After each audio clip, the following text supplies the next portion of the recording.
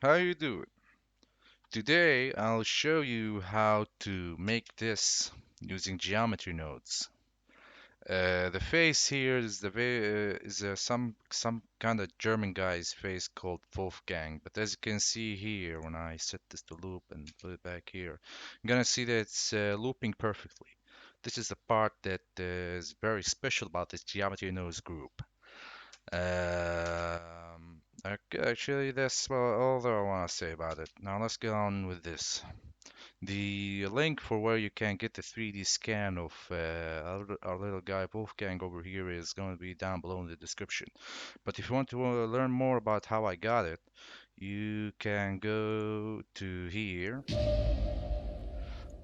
Excuse the Dark Souls theme thingy. You can go here and type in 3dscans.com. Type in Wolfgang, type it in as if you're some kind of filthy crowd. And here you go, this is Wolfgang, our buddy, life mask of Wolfgang. Now, the original geometry has something like 2 million faces. It took a million fucking years in order to import it in my Blender project, but here it is. What I did here is I used a decimate modifier. I wrote in point zero 0.05 to get it something get it down to something like 20,000 faces, I think. I don't remember, but it was a lot less faces than 2 million faces. Now, this is all I wanted to say about this. Now, this is animation, and we're going to recreate it. Actually, we're not going to recreate completely. We're not going to import this all over again because I haven't exported the decimated object, the decimated mesh of the Wolfgang space. So that's a problem. So right now we need to go to open up a new project. Go here, press A to select all, and press X to delete everything. Good. Now we need to pull out the plane in order to draw on it like this. I'm going to edit mode and scale it up because I don't want to apply the scale. If you want to know how to apply the scale, you can go to Control A. Now this is what we need. Now we need a bunch of curves to draw with. So I'm going to Bezier curve all the way up here, Bezier curve, and here it is. I'm going to edit mode, select everything, press X to delete it all, and then I'm going to this draw tool. Now, when I draw, it's gonna be off because it's drawing in accordance to the 3D cursor, and that's not what we want. We need to go here to surface and draw whatever the hell we want, just like this, as you can see, which is really nice. Now we have, I need to make them a bit more simpler by just doing this. And as you can see, we have three curves. Now, why did I just add three curves? I'm gonna see in a second. It's just to simplify some things. Now we can go to Geometry Node Editor and go over here. Now our curves are coming out of this. Let me press on the magnet like this. And what do we need now? We need to know how many curves we got here. So, so vertices have their own indices. I think I can show the indices by going to edit mode and vertex group weights, mesh analysis, hidden face area. How the hell did I show that thing last time? Orientation. I don't remember. Anyway, there are indices for each of these vertices, and the curves also have their own indices when they're in the same object. So as you can see, this is a first, second, third, and fourth. So the indices start from 0, 1, 2, and 3. So so we need to get the amount of curves from these indices of each of these curves. So we need to use something called an attribute statistic node. Attribute statistic node is this very handy node that gives you an information about the let's say the indices, the positions of the vertices, or anything you want. You can actually select this to spline, which means curve. Now we need to specify an attribute it wants. us to get the maximum value of, we need to go to geometry, read, and index. This attribute is index, just like that. And when I pull this out into here, into this output group, and give it a name, I'm gonna give it a name of Zane, my name. Let me check the audio. I don't want to end up being talking to myself this whole time. Okay, good enough. All right, this is it. We named it Zane. It's called Max in here. You can press N to plot this menu, go to group, go to outputs, and name it whatever the hell you want. I want to name it leaf, even though leaves have nothing to do with this tutorial. So I'm going over here to vertical split, and I'm going to spreadsheet. Now, where the hell is it? Oh yeah, we need to make sure that this geometry is outputted. So as you can see, control points and all, and then here are the splines. When you go to control point, you're gonna see that there is this Zane over here that says 2. Now, this isn't the amount of vertices we have. We have 3 vertices. So what we need to do is we need to go to math, add 1, just like that. And we got 3 for all of them. That means there are 3 vertices. And when I draw, I'm gonna see it goes up to 4, goes up to 5. Now, let me grab these on the Z a bit, just so I can see them. Yeah, good enough. All right. Now this is all we need at the moment. So let me disconnect this and grab this over here. And we're going to we need to do the following. Actually, we don't need to do the following. I'm just going to put them in a group, and that group is going to be just like that by selecting all of them and pressing Ctrl G, and then I'm going to tap out of this, and here's the group, and I'm going to F2 name it to curves count, like that. And I think you can pull them out like this. It's still named node group, and I'm not sure how. Oh yeah, I think I need to rename it over here, curves count. I think that's going to work. Yeah, press tab if you want to see them, and press tab again to get out into the original node group. And I'm going to shift a group, and as you can see, here's our curves count group. Okay, now we're going to use these two in order to set the points. As you can see here, these are points. This one, and all the other ones like them. These are points. We need to distribute these points along these curves. We need to give each curve the same amount of points. So, as you might have figured out, this is going to be easy by just going to points, and like that. And I'm going to put an input like this, and I'm going to call it points count, like this.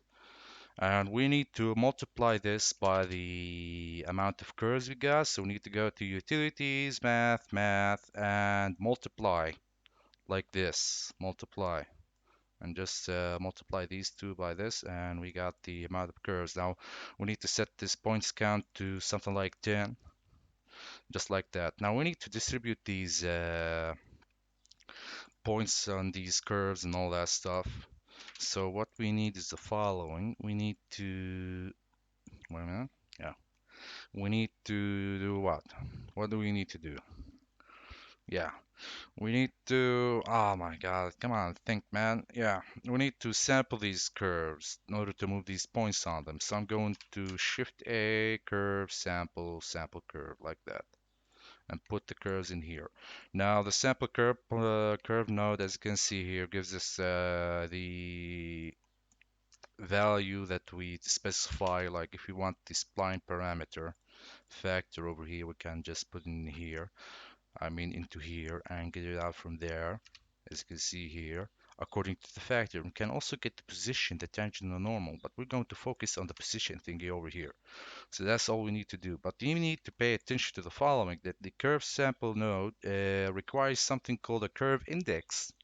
So we need to equally distribute all of these points on the curves, give them the curve index that they belong to. So how to do this is somewhat simple. We need to get the amount of points we got here, Shift D over here. And then we need to, what do we need to do again? Yeah, we need to divide them by the count of points. So we need to divide them by that. So we need to go here to divide and then points count. No, yeah, this is the amount of points as you can remember for each of these curves. No, this is the amount of points in total, and these are the amount of points for each of the curves. So when I put this into here, like this, no, I mean here, and then I put this into here, and we go to point, we're gonna see this isn't working properly. Why is it not working properly? This is the amount of points, this is points count. Okay, radius, and then, okay, so, oh shit, no, I'm sorry. I'm sorry about this. We need to divide the index by the amount of points. I'm sorry, I just did this yesterday. I'm a bit confused right now about this. So we need to put this right over here, as you can see. And then I'm going to geometry index, just like that. Put it right here. And now we got this baby over here.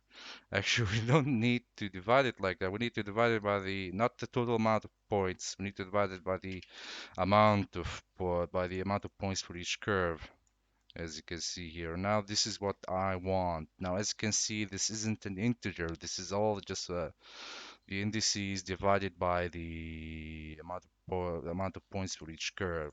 So I need the ones below 1 to be at 0 because as you can see here, 0, 1, 2, 3, 4, 5, 6, 0.9, all that stuff, then 1, 2, 3. As you can see, they are equally distributed. Even if we increase this by a lot, you're going to see this. So there are 52, 51 points. So when you go to the index to 50, you can see that it gets to 1 and it's all dynamic like that. So I need to set this back to 1. Sorry about that. So how do I make anything that is less than 1 reach 0 and everything less than 2 reach 1? So it's very simple. I need to use this math function that's called floor. What floor does is if you have something like a decimal number like this that has 1.1, 1.2, if it's 1.9, it's going to go down to a rounded number that is 1 to below using this floor function. So this is how we're going to give each of these points their curve, their respected curve, like this. And now when I go here to geometry and geometry right set position and put this position into here, as you can see when I pull this up, as you can see, these are the points. These are 10 points, as you can see here. When you see this the position right here, you can see the first 10.0 to 9 are at the same exact position according to this factor. So we need to find a way to what? Yeah, to distribute them across the factor of the curve equally. So the solution to that is also even more difficult than this one over here. The solution to that is by actually we got the solution right here. Let me show you what we need to do. We need to put this into here, and as you can see, it goes from 0, 1, 2, 3, and then 1, 1, 1, 1, 1, 1, 1, 1, 1. And if we put this thing into here, as you can see, the first curve we've drawn has these points distributed equally, but these are all at the end of the curves, as you can see here. That's because they have gone beyond 1, as you can see here. They are beyond 1. So we need to make sure that when they reach something beyond 1, they reset themselves, as you can see here. Now, the way I do it is very simple. It's a math function that I use multiple times in my previous videos. It's called fraction. What fraction does is that if you have what is it called again? Yeah. if you have a value that goes from 0 to 1, when it goes beyond 1, it goes back to 0. And if it goes below 0, it goes back to 1. So it keeps them looping between 0 and 1. So when I do this, go here to add again. As you can see here, they all go like that without looping or anything like that. So we need them when they reach 1 to reset themselves back to 0. So I need to add another fraction function over here, just like that. And then when they go beyond 1, they reset themselves to 0. As you can see, pay attention here, they go back to 0. And then when they go beyond 0, they reset themselves back to 1, as you can see here. So this is how we're going to loop it. Now this is the looping part done. This is the most typical part about this entire tutorial now done. Now I need to cut this out and Control X on this baby. And let me drag this over here. I'm not going to create a node group for this, even though a node group for this would be very fucking helpful. I'm just gonna keep it there so whenever you see it, you remember it and how it works.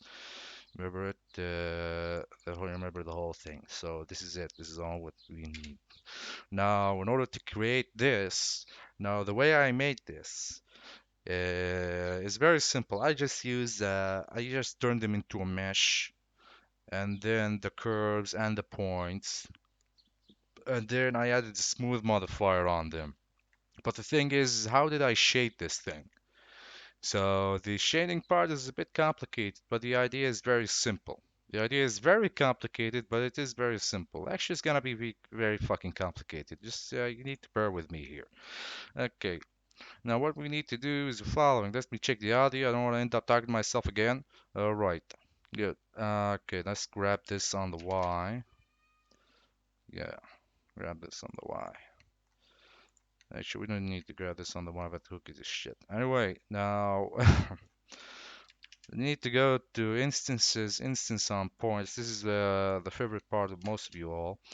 And we need to go to mesh, primitives, icosphere, and all that stuff, and then instantiate these on these and these and these and these. Now let me add a hash frame over 250. Now hash frame over 250. Hash frame is a frame that you are on, the number of that frame that you are currently on, and the 250 is, since it is a fresh new project, the default amount of frames for the scene is going to be 250. So this is going all the way from 0 to 1 in order to make it loop. As you can see here, actually I don't want to show you right now. Anyway, I need to define a node group I need to define an input for the radius of this baby over here, because why not? So sphere radius. Let me go over here to mess around with it and make it way smaller, just like that. And I need to make it, what is it called again? Yeah, I need to make it, I need to make it geometry in order to turn it to mesh. So you can't go to instances and expect there to be an instances to volume thingy. We need to turn these instances into geometry. As you can see, they are just instances. Like this, you don't have position, rotation, all that stuff. We need to turn them into a mesh. So we need to go to geometry, where is it? Need to instances, realize instances in order to turn them into a mesh. As you can see, they have faces, edges, vertices, and all the beautiful stuff right now, instead of just being stupid little instances, as you can see here. So now they are a mesh, which you can manipulate and however the hell you want. Now we need to turn this mesh into volume. But first of all, as you can see here, this is how I fuse them all together, like this, using mesh to volume, like that.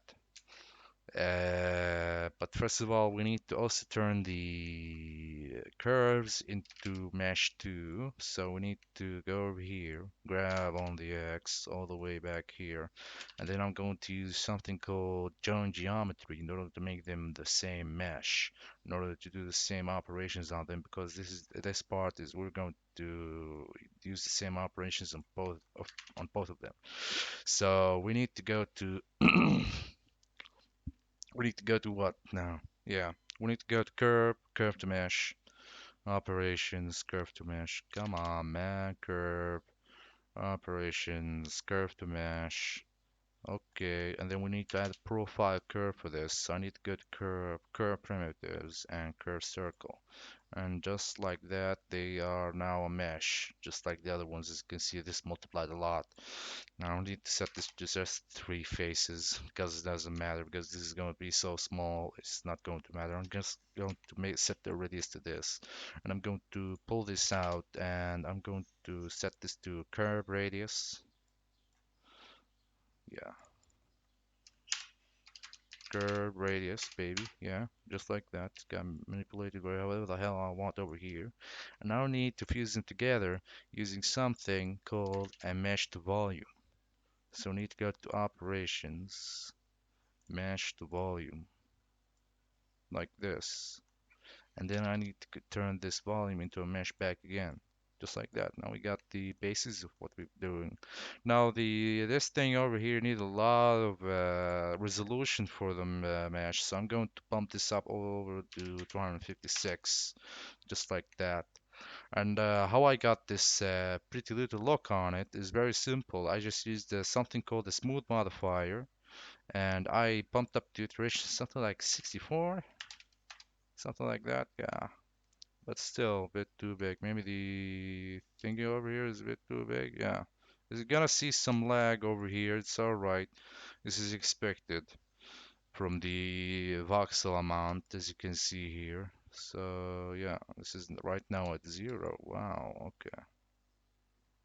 Okay. So let me bump this up to 128, just like that. Looking kinda good, not the original thing. So I need to decrease these points and maybe make this 512. Don't worry, it's not going to crash. It's still going to handle all of that. Now there's an animation. As you can see, we have lots of lag, like barely 2 frames per second. And yeah, the good part about it is that it gives you all this stuff. Now, if you don't want to deal with this thing during the render, you can go to input, scene, is viewport. And I need to bump this down to 156 again. 256, I said. And then you need to go to, what is it called again? Go to utilities, switch. Now the scale of this was way, way bigger than this. That's why I got this effect. So it's gonna rely on how big things are in your scene. So I'm going to scale this up and I'm going back to this. I'm going to select all of them and then delete them. And I'm going to draw that thing again like this. As you can see here, when I go back, oh wow, okay. As you can see, we got a bit the same thing that I want. As you can see here, I'm going for it, but they're a bit too big still. I don't know what to do about this. Oh yeah, just increase these. Yeah, increase these. Yeah, increase this a bit more, like that. Now we got something of the shape I want. And let's bring this up to 64. Let's bring this up a bit and this a bit. And now we're doing good. Okay, now this is all what we need right now. What else do I need to do? What else do I need to do? Okay, let me get rid of this output that's called, I called it Zen, but in here it's called Zen. I called it Leap, this here it's called Zen, so just press minus and it's gone forever. Thank God for that. Now, what do we need to do? What do we need to do? I think we can now go into the shading thingy, but let me show you this. Let me turn this into float. Now, when this is in the viewport, it's going to use 128.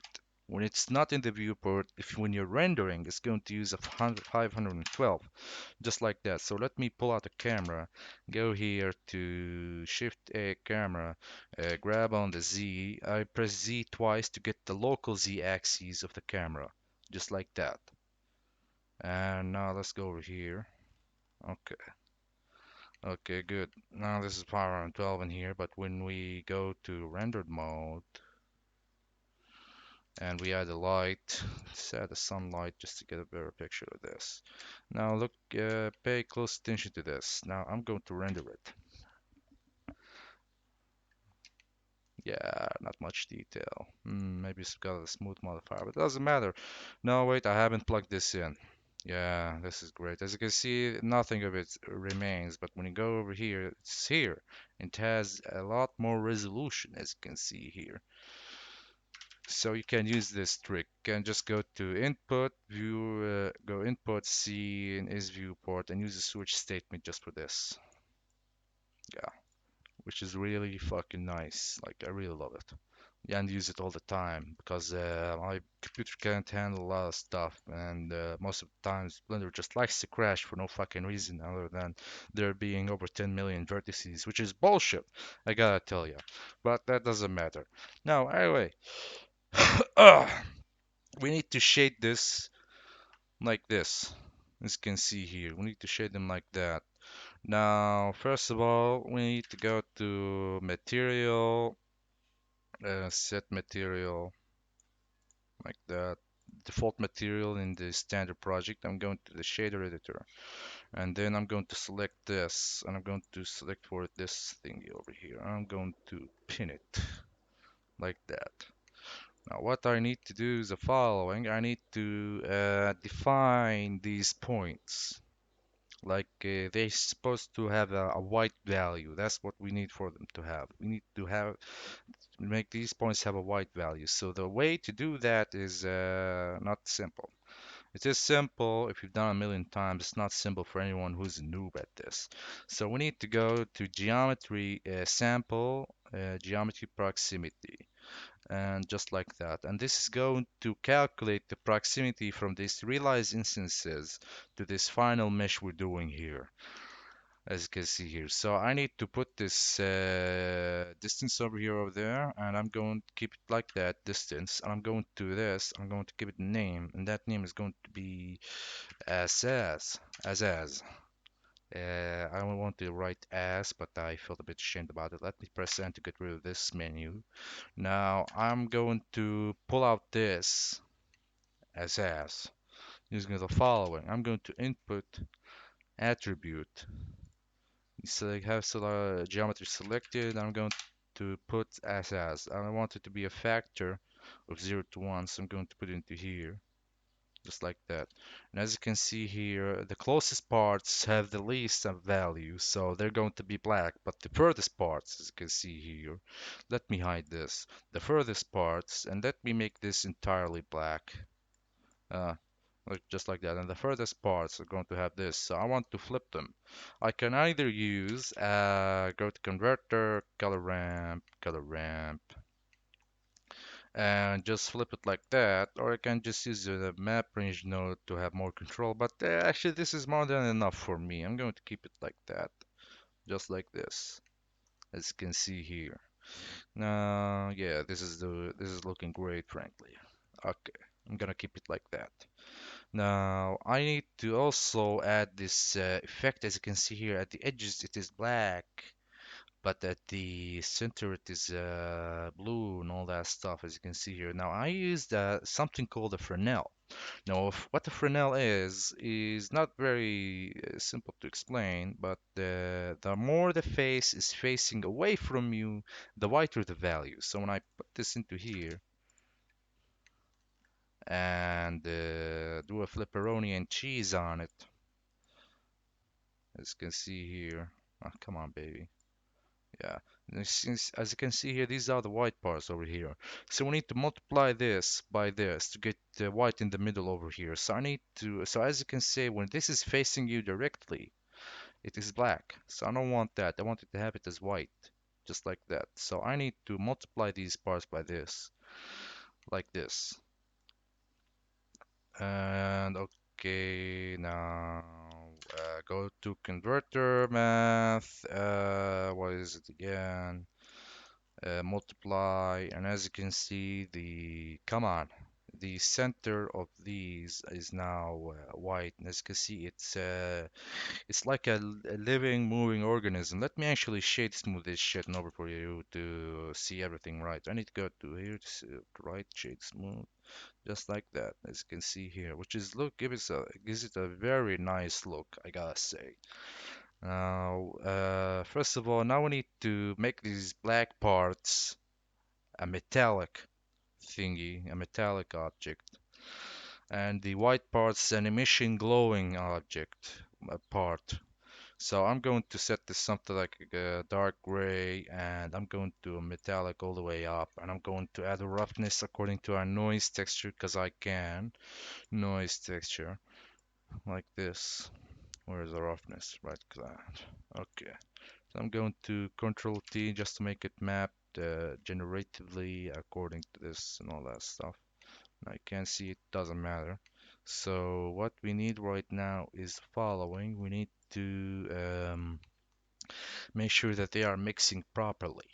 So I am going to shader, mix shader, and put this in here. And when this is a zero, it is completely black. When this is not, it's okay. Let me put the emission shader in order for you to see this emission, just like that. Okay, and I want to make it blue. Yeah. Now when this is zero, it's the metallic shader we added, and when it is one, it is the emission shader we added. Let me make this bit stronger, 5, and add some bloom to it just to make it look a bit more nice. Yeah, this is too much bloom, but who cares? Anyway, now we need to put these into here, and as you remember, the white parts were these parts, and the black parts were the parts in the between. So when we shove this into here, you got this. Come on. Yeah, you got this. Looking really nice, and you can keep messing around with this in order to get a better value out of it, like this and that. And I need actually to multiply it a bit more. Like I'm going to multiply it by 2. The zero, the parts that are black are gonna stay black, but the other parts are, yeah, just like that, just to make sure that this is completely like this. Yeah, but when viewed from afar, it looks way nicer, just like that. Let's make this a bit smaller. Yeah, and this animation is going smoothly, as you can see, and it loops too. Let me go here to horizontal split, over here to the timeline, and then let me shove it into here, and as you can see, it's looping properly. Now, when you do this, when you change this to something other than the multiples of 1, you're gonna see that they are no longer looping. You see, it's cutting over here. So I gotta keep this according to multiples of 1 and all that stuff. And there's another thing to put into count. When you draw on this, something like a short curve, let me select these. When you draw a short curve on this, it's gonna have the entire 10 points on it. Now, I couldn't find a way to make this work properly. Like I couldn't find a way at all in order to distribute them all these points according to the length of each point. Like each point should have this amount of points. That was very difficult for me, and I frankly didn't give a shit about it. Uh, Sorry about that. Yeah, this is what we got here. You can decrease the amount of points and all that stuff, but you can also make a new object that has fewer points for these small curves. Just put that into account. Now, if you like this video, please share it, like it, and subscribe to my channel because I'm gonna keep uploading videos. I got a lot of more ideas. And if you didn't like this video, well, I don't care. Piss up. Now, have a nice rest of your day and goodbye. Good night. Actually, no, it's still 3 p.m. Yeah. Okay, anyway. Bye bye. Goodbye.